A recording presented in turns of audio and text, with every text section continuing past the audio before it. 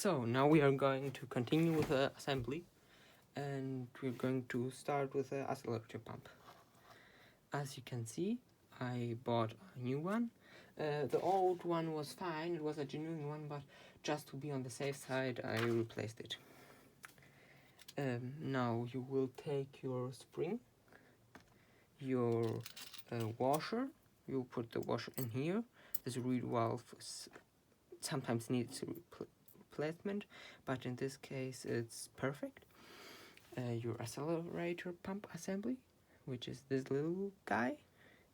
Now you put it in like that. Put some silicone on it, so silicone grease, not silicone, because it helps it seal. Not pure silicone, of course, because it just creates a mess and makes it look funny for someone that will open it up, budge. Now you put it on like that, and you take your screws, which I put in here. You line the holes up.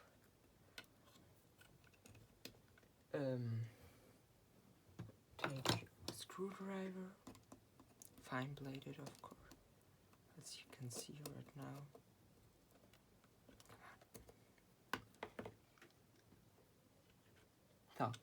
No, perfect. So take this little guy, threads in, don't tighten it up yet. Now take this little guy, thread it in, don't tighten it up yet. Sorry, that was clumsy for me. And now you take your other screws, put one in there, like that. No, that looks funny. And then the last one, which goes kinda hidden one, which is like that.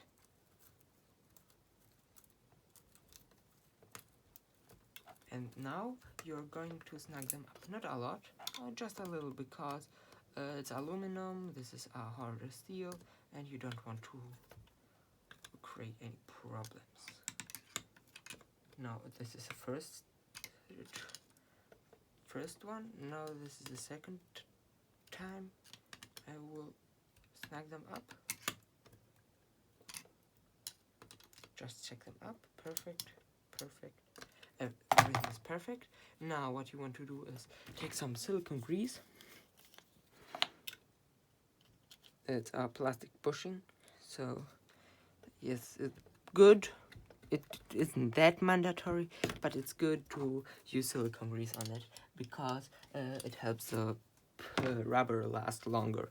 So this part is ready now, which is perfect, and we're going to move to the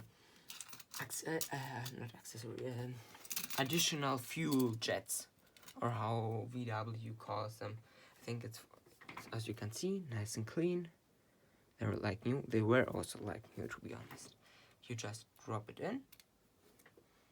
You also don't want to snag it a lot.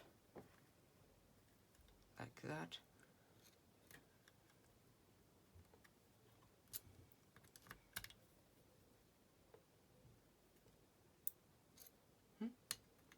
And now a little bit. Perfect. Now, sorry, I'm just a little bit. Yes, I just want to be sure that everything is perfect. This is why I checked again. Now, this is a plug. You also need to tighten it up.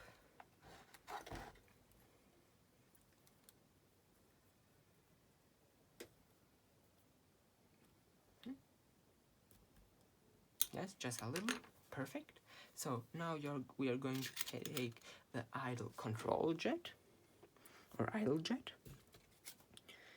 Also, like, I also kind of polished it because this one was kind of dirty, and I don't like parts to be dirty. I'm a perfectionist.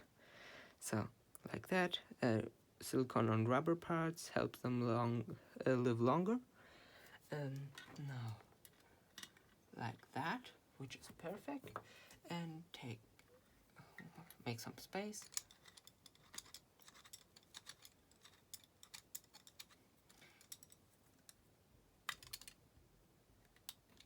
just a little bit, and just check it. Perfect. I didn't use all the force, but maybe. Sorry. Yes, perfect. Just had to use a big one, so I'm sure that it's perfect. And now you can check it. Just works. Perfect. And then this side is ready.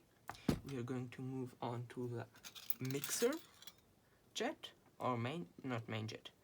They call it mixture jet. Don't ask me why. So I think this is the correct screwdriver for this. I also have tidied up the screwdrivers again after using them, so I find them perfect. I find them in the correct spot on the next time. So it doesn't need to be tight, of course. Perfect. Just a little bit of power, not a lot. And now you move to the other side. This side, of course, and you take your main jet. Perfect, nice and clean. Cleanliness is very important on rebuilding carburetors because it's the only thing that can mess them up. I mean, for example, all the screwdrivers have been cleaned by me, so they're not dirty from previous jobs. And you take this screwdriver, which is the correct one for this job, and you can see it's happening. Yes, no. Yeah. Yes, perfect. Screw it in. Give it a little bit of a nip up. You can see that it's installed. Now you're going to move on with your cap. Also nice and clean, shiny. I use, forgot the name, some metal polish. I don't know that brand matters that much.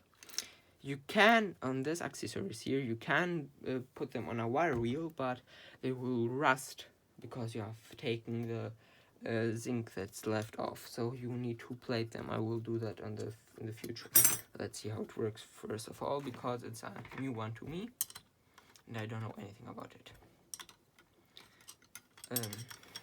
And I never use sandpaper or something like this to clean metal parts. Only paper with this polish.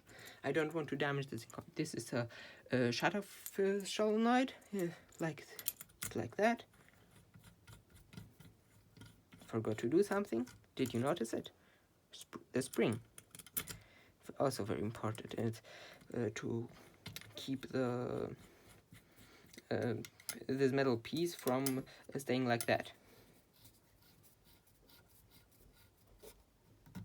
And now you're going to take your, no, this is this small one, the big one, snug it up, just a little, you don't need to snug it at all, perfect. And you can see it's doing a job properly. It's staying like that, which is perfect. And this will be stabilized by the,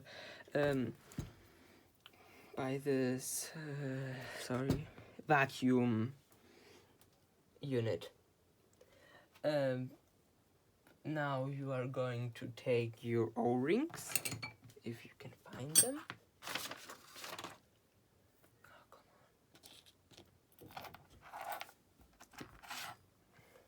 on. No, sorry, not the O-rings. You're going to take your float, and as you can see, it's low mileage, low use, so there's no problem at all. Float, and then the plastic piece, which, as you can see, not used, luckily. Everything is perfect. I also need to add something. The faucet here, which you can see, this shiny thing, has to be pointed towards the middle of this. So, which means it just needs to be a little bit like that. You can see? It's towards there. Yes, it's perfect. Great. No, yes, great. Nice and shiny, of course. Yes, maybe it needs a little bit more. Like that. Now it's nice. Next thing you're going to do is take your paper gasket. This is the last genuine paper gasket in Greece. I don't know if it's in the world, but in Greece. Of course, I've dipped it, forgot to mention it, and it got clean. Blow all the passages through with clean compressed air. to avoid any crush, contamination, and any problems and any cloggings. So this is like that. Now you take your cover and you put it on there. You go first of all through this hole, and second of all you do this. Come on.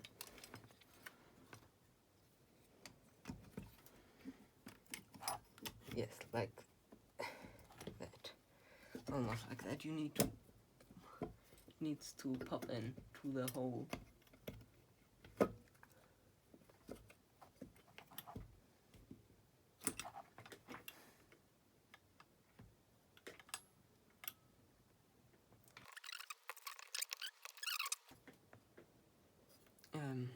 Now take your screws.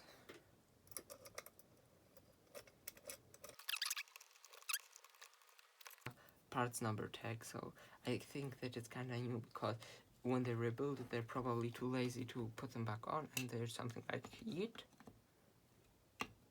Yes, and one last time here. Yes. The next thing you are going to do. Oh no. Yes. Next thing you are going to do is do the.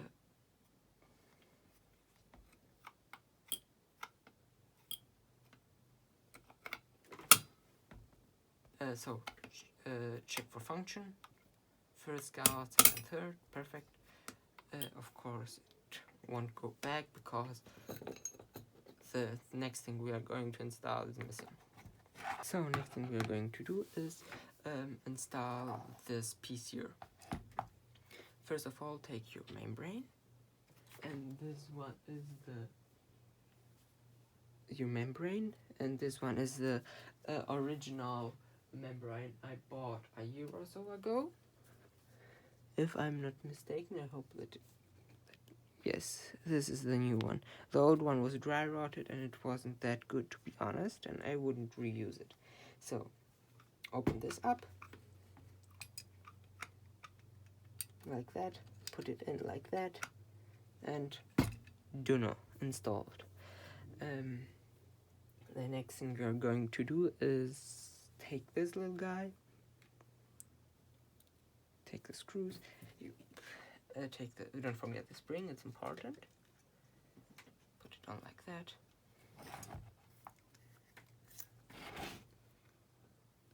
Take the screws you have.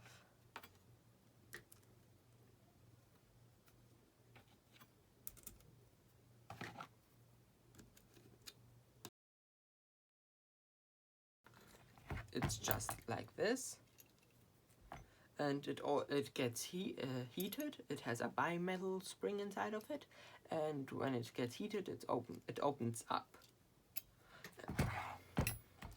You can check it, but I don't think that they really go wrong. And in this case, it's not mandatory to check it, as I said, it's a brand new carburetor.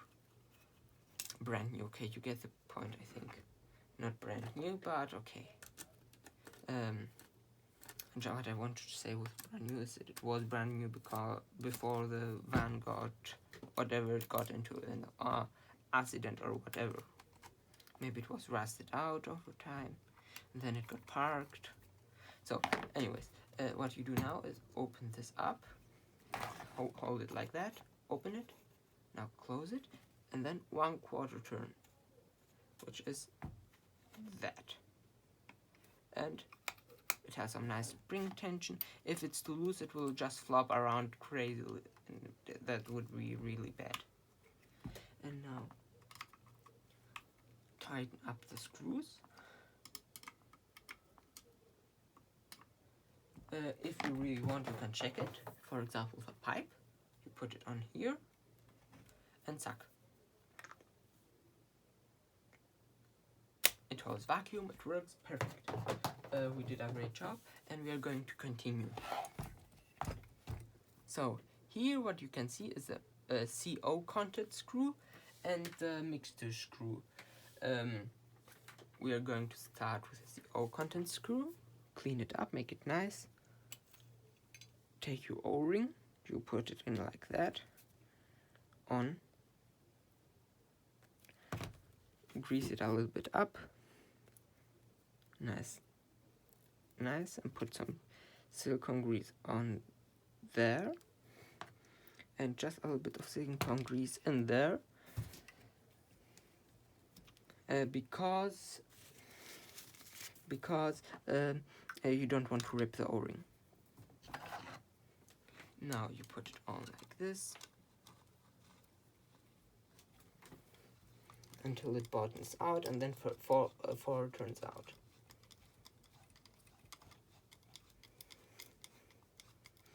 Which is the basic adjustment. The adjustment you do. So this is 1, 2, 3, 4. Perfect. Now you're going to take your mixture screw, which is this little guy. The O-ring is brand new, of course. I hope that it will last because it's aftermarket, but anyways. It wasn't a cheap one, or a cheap rebuild kit, but we will see. Now get the O-ring over. The O-ring is installed properly. Lube it up with silicone grease, don't use anything else. Silicone protects rubber. Silicone grease protects rubber. Anything else damages it, basically. Or almost everything else. Put a bit of silicone grease inside here so it's lubed and it won't get ripped. And it will get washed off. Don't let this happen to you. It will get washed off immediately. After the first minute, so no problems. Let's see, yes.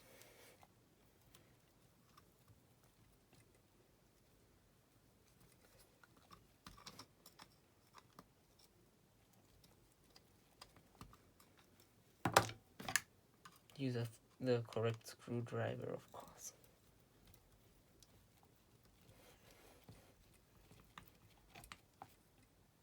Now, when it starts bottoming out, be very slow. You don't want to damage the seat of it.